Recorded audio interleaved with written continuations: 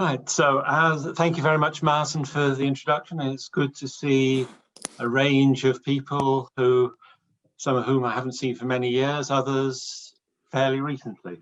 And as Martin said, I'm going to be looking at two late 20th century, late 19th century missionaries and their approach to Islam in Mombasa and Zanzibar.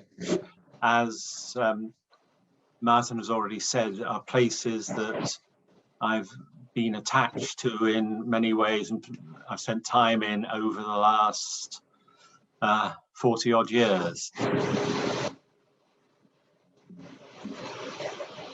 Now let's try and persuade the slides to move forward. The paper that I'm going to present this afternoon is a work in progress, and it's being prepared for a keynote address at the Mission and Modernity Research Academy, which is being held in Leuven when pandemic allows. And the title of this academy is Christian-Muslim Missionary Interactions in the 19th and 20th Centuries. And I'm part of the organizing committee for it, but they asked me to give this paper when we meet. And that will be a week-long academy. The two people I'm going to talk about, one of them, William Taylor, I know far too much about, having written about him very many times over the last 20 years. Whereas the second one, Godfrey Dale, I've up till this point only focused on his Swahili version of the Quran. And so I know less about him. And lockdown has so far prevented me from using the Universities Missionaries to Central Africa, or UMCA archives in Oxford, to check on the details. I've mentioned archives there, and that's because much of the information that I'm going to be talking about now is drawn from the two missionary archives, and annual letters, reports, correspondence, as well as the published books and tracts of the two missionaries. Before we talk about these two missionaries, I want to give a little bit of background about East Africa in the 1890s, so the period where they were both there and working. Following the Berlin Conference of 1884 to 85, when Africa was carved up by European powers, and then a subsequent treaty between Britain, Germany, and the Sultan of Zanzibar, Mombasa, that was in 1887. Mombasa became a part of British Imperial East Africa, while Zanzibar became a British protectorate. But the mainland south of Mombasa was ceded to the Germans and became part of German East Africa. The population of the coastal areas and the islands consisted of many different African peoples, both those who were indigenous to the coast, but also upcountry people. But there had been a long connection with the Yemen, so there were many Hadrami Arabs there, and connection with South Asia. So there are Indians also there, and predating any British colonial importing of Indians. Islam had been present on the coast and the islands since almost the time of Muhammad, whilst Christianity had only had a brief presence during the Portuguese colonial period, 1500 to 1700. Christianity being there, but then disappeared.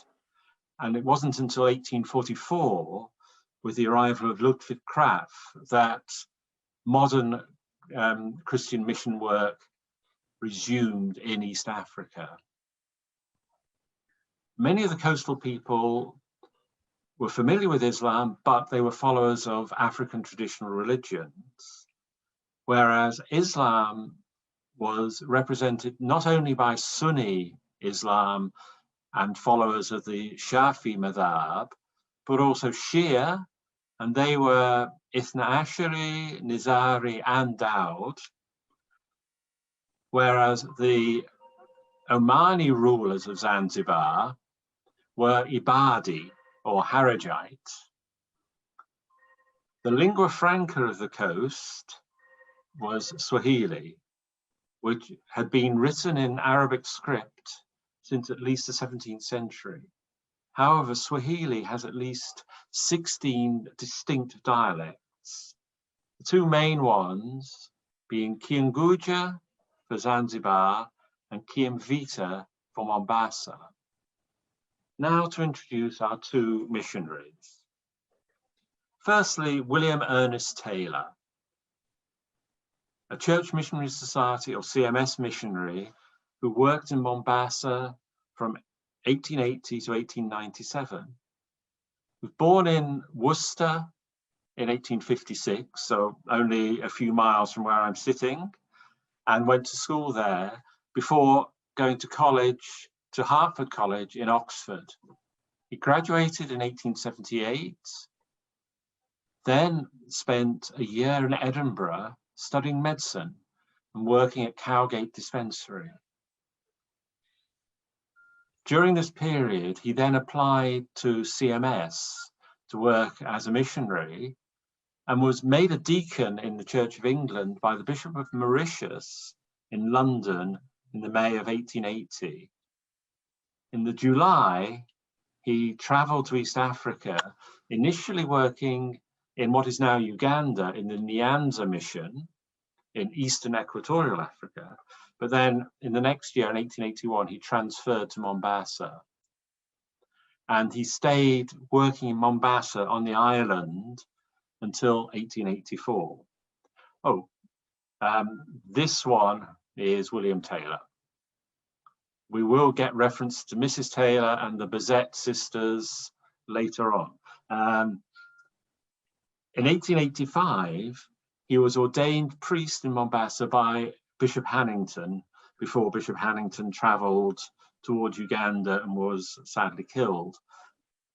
During Taylor's second tour, he was based in the various mission stations around in the countryside around Mombasa. In 1892, on leave, he married a lady called Catherine Tessimon, and they returned to live in Mombasa, where they worked together. They left East Africa in 1896, moving to work with CMS in Egypt and Sudan until 1904, when they returned to Britain, and he served in various parishes until his death in 1927. Our second missionary is Godfrey Dale, this rather smaller man in these two photographs. He was born in London in Lewisham in 1861, and he also is an Oxford man, but he went to Christ Church. He was ordained in 1886, served in a parish in Rochester for 3 years before joining the university's mission to Central Africa in 1889. During the first 7 years, he worked on the mainland in an area called Bombay. And during those years, he became proficient both in the local language, the Bombay language, and in Swahili. In 1897, he resigned from the mission so that he could marry a lady called Janet. All I know about Janet is her name and the fact she was a graduate of Lady Margaret Hall, Oxford. The UMCA at that time only accepted single missionaries and expected priests to be celibate. Dale spent 5 years back in Britain, serving in a parish in Newmarket. But then in 1902, the couple were accepted to go and work with the UMCA, with Janet going as a teacher. And Dale was appointed as a specialist on Islam and to work amongst Muslims based in Zanzibar on the island itself.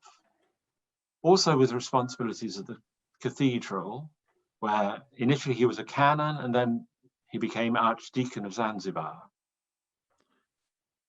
He retired from the mission field in 1920 due to poor health, but spent 3 or 4 years with the UMCA based in London in their office there until 1924, then worked in parishes, but all through the years until his death in 1941, he edited their house magazine, Central Africa. Now that's hopefully given you a little bit of an idea of who they were, but I particularly want to look at these 3 questions. What do we know of their approach to Islam and Muslims, and how were they received by the Muslim community? And then finally, how similar were they in their approach and attitude? And we return to William Taylor. I've put a map on the right-hand side of the screen showing Mombasa as an island.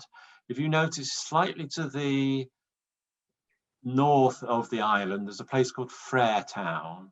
That was a freed slave community established by CMS in the 1870s, and where most of the missionaries lived on the compound. Now, Taylor, during his first tour of duty, ran a clinic where he was able to use his medical experience gained when he studied in Edinburgh, but he didn't restrict himself to dealing with physical health. He took the opportunity to distribute copies of tracts to his patients. And in one of his letters, he wrote, "I've had many opportunities of preaching Christ in my medical practice. I've been able to lend Arabic works such as Al-Kindi and Fander's Mizan in quarters where they may do good. Of the Arabs resident in Mombasa, there are several said to be well disposed towards Christianity, but afraid to declare their belief." Now, rather than living on the mission compound in Freretown, Taylor chose to live in Mombasa town, which allowed him to spend time with the Swahili literati and to develop his understanding of Swahili as it was spoken and written in Mombasa. And in 1883, he explains his initial purpose for spending time in Mombasa. "My chief business there has hitherto been confined to the study of language. From my experience at Freretown, I can assure you that it was almost impossible to learn correct Swahili there. I found my stay in the town, Mombasa, the greatest benefit in improving my knowledge of Swahili." In 1891, in the introduction to his book, African Aphorisms or Saws from Swahili Land, Taylor pays tribute to his Swahili teachers and names 2 in particular: Mwalimu Sikujua ibn Abdallah al-Batawi, who was an accomplished poet, and Bwana Hemedi ibn Muhammad bin Sheikh al-Mambasi, who was an authority on prose. They had been able to guide Taylor's study of Swahili, and his willingness to learn seems to have endeared him to many local people. And Taylor also elsewhere reflected on the Swahili scholars who had helped him in his studies. Some able Mohammedan laymen, whose orthodoxy is looked upon here as beyond suspicion, leaders in the scrupulous observance of their religious rites and ceremonies, have not only discussed with us the claims we press upon them with patience, but have even lent their abilities to us in the service of our translational work. Now, an example of this he gives is that an accomplished scholar of Swahili and Arabic, who always formally had refused to give an opinion on linguistic questions where religion was involved, often just where we needed criticism and guidance. And the reason was because he feared he might be selling his soul. Taylor's interest in understanding the Swahili language led him to being warmly appreciated by the Swahili elders, who would sit with him on the baraza, or veranda of the mosque, to discuss the finer points of grammar and meaning of the language. However, his decision not to live on the mission compound in Freetown was not approved by many of his fellow missionaries, and possibly was seen as an indication that he was going native. After Taylor had spent 2 tours as a bachelor, in 1892 he returned with Catherine, his wife, and we get an insight into his relationship with the local community, the Muslim community. When news of his marriage reached Mombasa, one of Taylor's most prolific Swahili correspondents wrote to him in England saying that when the couple returned to Mombasa, they could, if they so wished, live in his refurbished house in Kisauni, and that his wife and Mrs. Taylor would be intimate friends. The Bishop Tucker, on their return, posted them to Mombasa town, together with a couple called the Gordons and the Mrs. Bazettes, the 3 ladies in that photograph. And the ladies lived in this house that's in the photograph, which was known as the Women Workers' House, or CMS Women Workers' House. And reports show that Mrs. Taylor and the other women visited ladies in the town and also supported the weekly outreach meetings, usually forming a choir and, on occasion, preaching. And they used the spacious basement of this house as their mskiti, mosque, he translates in his letter, but then explaining mission chapel and evangelistic hall. When the Taylors' first child was born, they received many congratulatory letters from the people of the town. And it's said that even the gentry of the town allowed time off for their slaves to have an ngoma, or a dance, to celebrate the occasion. Now, during Taylor's final tour, he was also involved in the public meetings, together with African clergy such as Isaac Semler, one of the first to be ordained by CMS, and also an Indian missionary who is described as a convert from Islam from a Pathan, and given the name of Sheikh Ali Baksh. These meetings were held either in the marketplace or in another place called Zizita Nkonzi. And Taylor talks about these meetings.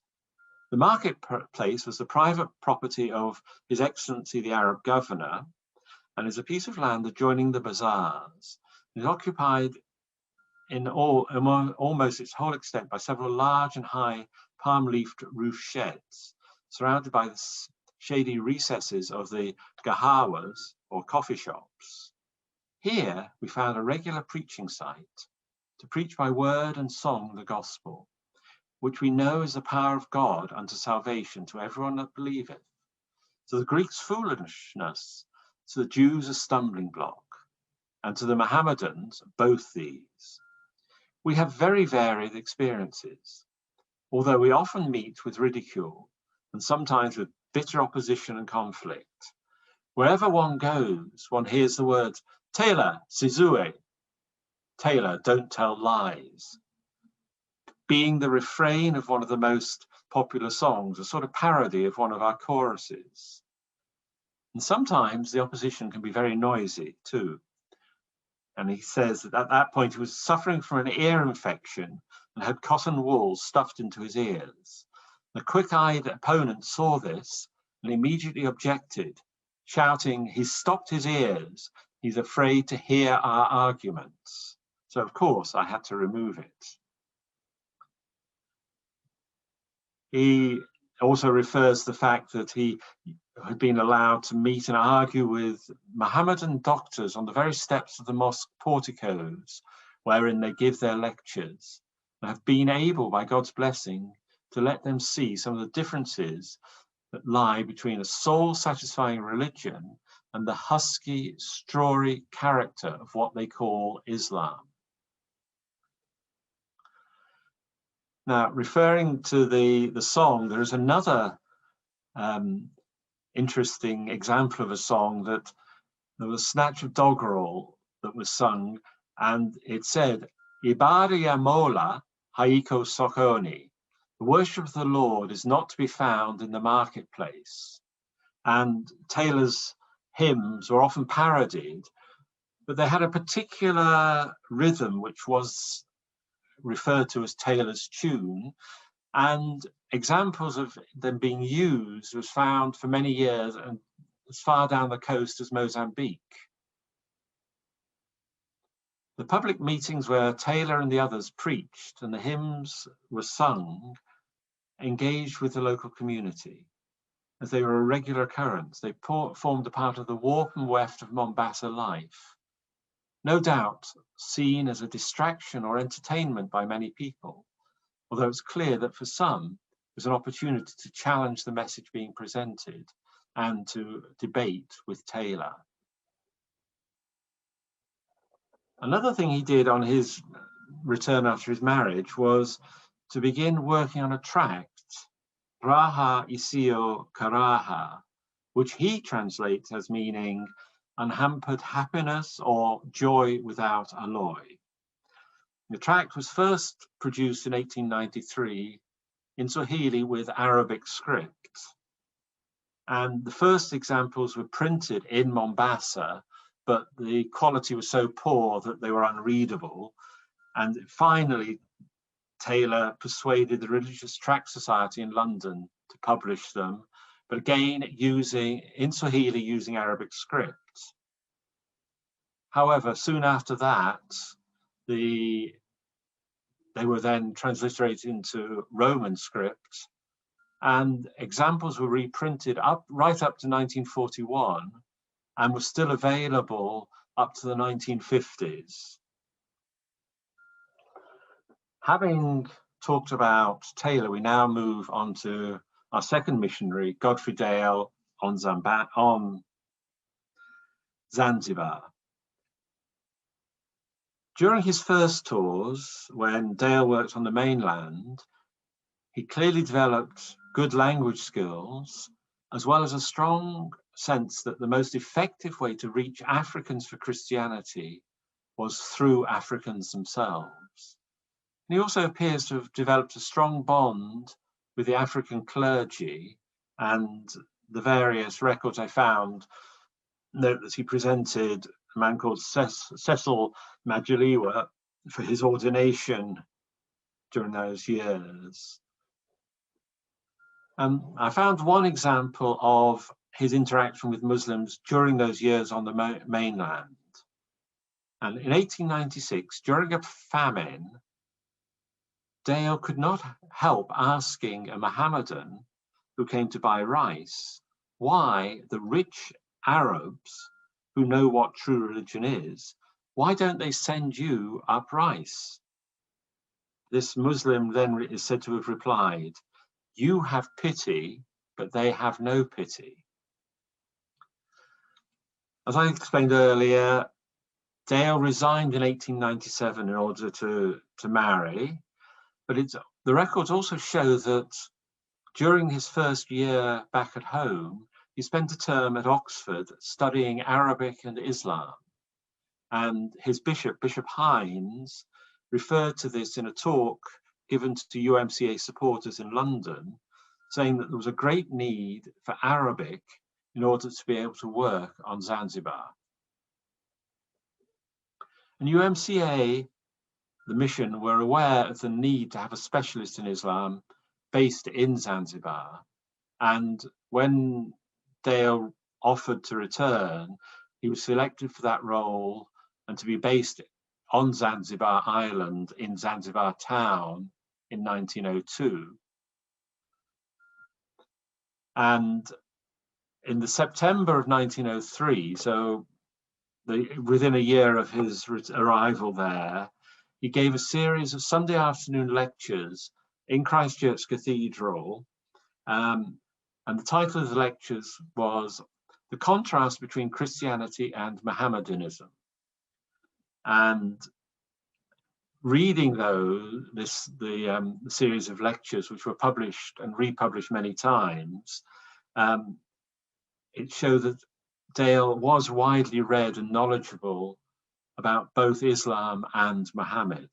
And I've just put the titles of the 4 lectures there: Christianity and Mohammedanism, Christ and Muhammad, the Bible and Quran, the Spirit of Islam and the Spirit of Christianity. Now, having done one tour of 3 years in Zanzibar, he then returned to Britain for leave, but he spent that year in Oxford studying Arabic. And his obituary in the Church Times reports, on Dale's return to Zanzibar, he used Arabic continually, and his knowledge of the language became very great. With his regular practice to meet Mohammedans, both Arabs and Africans, in public discussion, listening to all their arguments against Christianity, and discovering the most effective ways of answering them. A more modern researcher, Randall Pools, reports that the discussions that Dale had with Muslims would have centered on subjects such as the divinity of Christ versus the miracles of Muhammad or Hussein, the crucifixion of Christ, the Holy Trinity, and Muhammad as the Paraclete. During these years, Dale also prepared 2 tracts in Swahili, Habari za Dini ya Kiislam, so news of the religion of Islam, or about the religion of Islam, and Maisha ya Muhammad, Life of Muhammad, which were both published in 1909. He also wrote and edited a number of other books: Darkness or Light in 1912, Tafsir ya Quran ya Kiarabu, the Quran in Swahili, published in 1923, and then Islam in Africa, an introduction to the study of Islam for African Christians, published in 1925, so just at the point when he retired completely from UMCA. In reading round in preparation, I found 2 journal articles by Dale, which give us an insight into understanding his attitude to Islam and Muslims.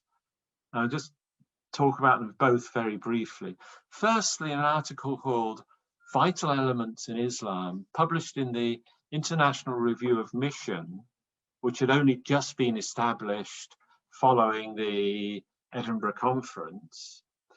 Dale sets out aspects that he considered important with these following headings: dissatisfaction of individual Mohammedans with their faith on specific points, features in Christianity which appeal to the Muslim in East Africa, the presentation of the Christian faith to the Muslim, elements in Christianity which excite opposition, the influence of Mohammedanism on the character of the East African Muslim, and the light shed by Islam on Christianity.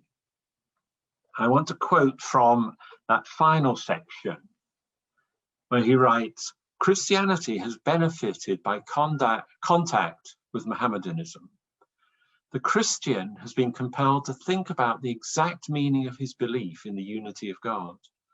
Has been forced to think about the idea of the transcendence of God. Some perhaps have discovered that their belief in the providential dealings of God have become vague and tinged with doubt. They've been startled into self-examination by the Inshallah and the Alhamdulillah of the Muslim. They've also been reminded that religion is a power that touches life at all points and at all times, and cannot be kept in a separate compartment of the mind.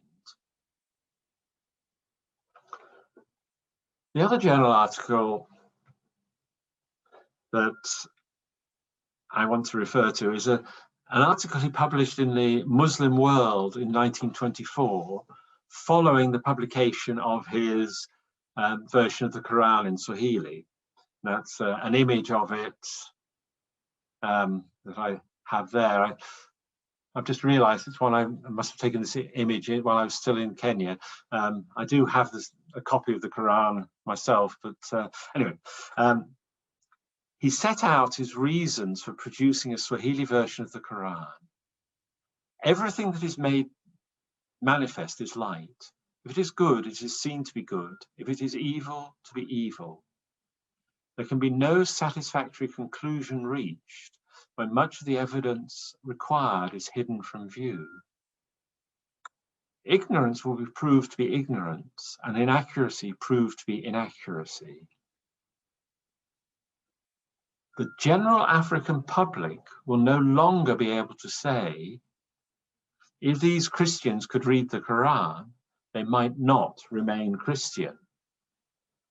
Also, the general African public will know what the Quran actually does teach on such subjects as slavery, polygamy, divorce, and will compare it with Christian teachings. Modern Islam in Africa is very largely unhistorical. We shall be very much surprised if our teachers do not make full use of the passages in the Quran which run counter to the extravagant belief of a later idealism with regard to Muhammad.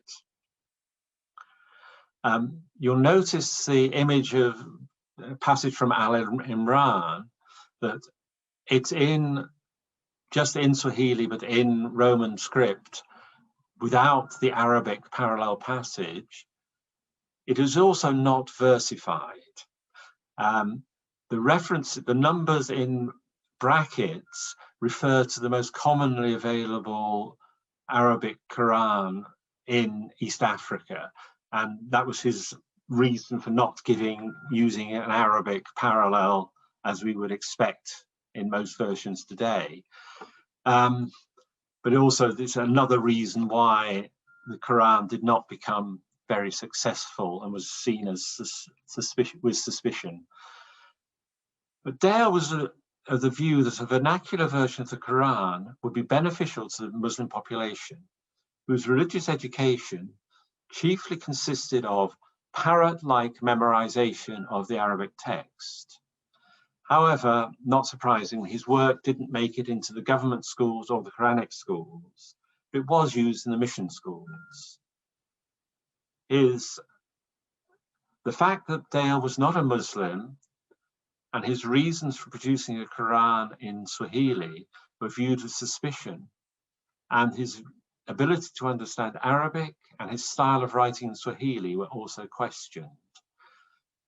He has huge amounts of footnotes, which are, quite frankly, quite offensive in their interpretation of the text. So it's not surprising it wasn't popular.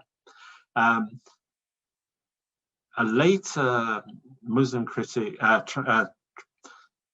who prepared a Swahili version of the Bible wrote this in his foreword to his own version of the Quran. Some Muslim scholars suspected that Dale had intentionally twisted the translation so that it could be used for attacking the Quran. Now, having told you something about both these missionaries and their interaction with Muslims and Islam, can we come to any conclusions? What can we learn from them or about them? Well, they both valued the understanding of language, both the vernacular, that is the Swahili, and also the religious language, the Arabic. And they both valued spending time with local Muslims, possibly favoring the religious elite, and partially to improve their language skills, but also they wanted to engage with them.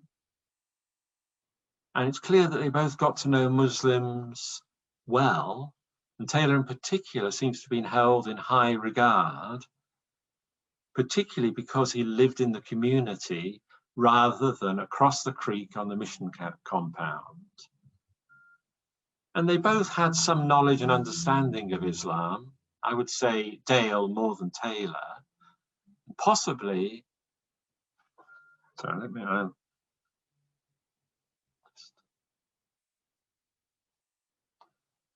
possibly they tended to use their knowledge in order to emphasize what was wrong with Islam rather than to discuss and to listen. So how successful was their approach? Today, few in East Africa will know their names. Yet some aspects of what their approach can be seen as enduring. The need for friendship and a common language can be seen as positive. Yet, on a possibly less positive note, their combative public debating style also continues to be very popular, with Mihadra and Mjadala, where Muslims and Christians meet together and use each other's scriptures in order to convince the other of the truth. And these meetings continue and are organized both by Muslims and Christians, by local groups such as, and I've just chosen some examples as almost at random, the Muslim Preachers of the Bible and Sheepfold Ministries, as well as international organizations such as Islamic Propagation Center is International and Christ for All Nations. Taylor and Dale are examples to learn from, both what to do and what not to do, or what to avoid doing. Asanteni sana. So thank you very much.